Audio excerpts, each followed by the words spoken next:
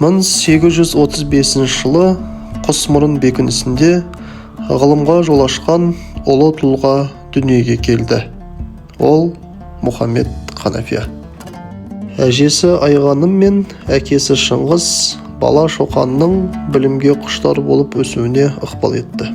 1847 мен 1853 жылдар аралығында Омбы кадет корпусында оқып, орыс және шығыс ғылымын қатар меңгерді.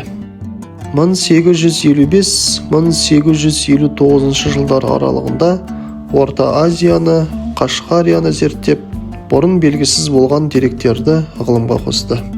Қазақтың тарихы, этнографиясы, салт дәстүрі туралы құнды еңбектер жазды.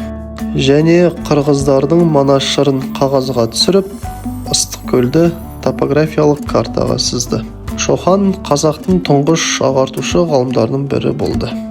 Өкінішке орай, ғалымның ғұмыры қысқа болып, 1865 жылы небәрі 30 жасында өмірден өтті. Алайда оның ғылыми мұрасы халқымен бірге мәңгі жасайды.